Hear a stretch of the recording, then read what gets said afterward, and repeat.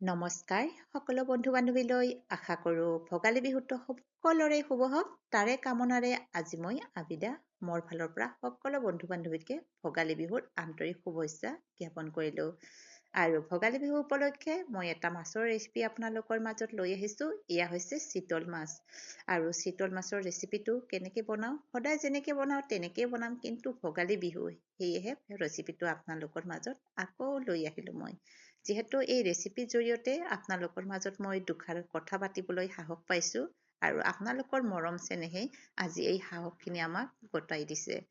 আৰু ৰেচিপিটো এতিয়া মই বনাবলৈ লৈছে। মাছখিনি ভাজি লোৱাৰ পিছত সেইখিনি তেলৰ ওপৰতে দি দিলোঁ আদা নহৰু অকণমান পিঁয়াজ মছলাখিনি যিখিনি আমি সাধাৰণতে ঘৰতে খাওঁ সেইখিনি মছলাৰে মই ৰেচিপিটো বনাম।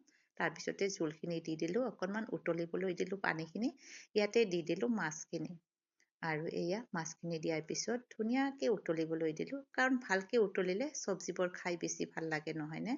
আৰু এয়া উতলাৰ পিছত যেতিয়া হৈ গ'ল তাৰে ওপৰতে মই অকণমান ধনিয়া পাত দি দিলোঁ আৰু ধনিয়া পাতটো দিলে খাবলৈ বৰ ভাল লাগে নহয়নে। এয়া ৰেচিপিটো মোৰ ৰেডি হৈ গ'ল। বন্ধু বান্ধৱীসকল আপোনালোকে আজি কি খালে জনাবচোন আৰু মোৰ ভিডিঅ'টো চাই কেনেকুৱা পালে জনাবচোন।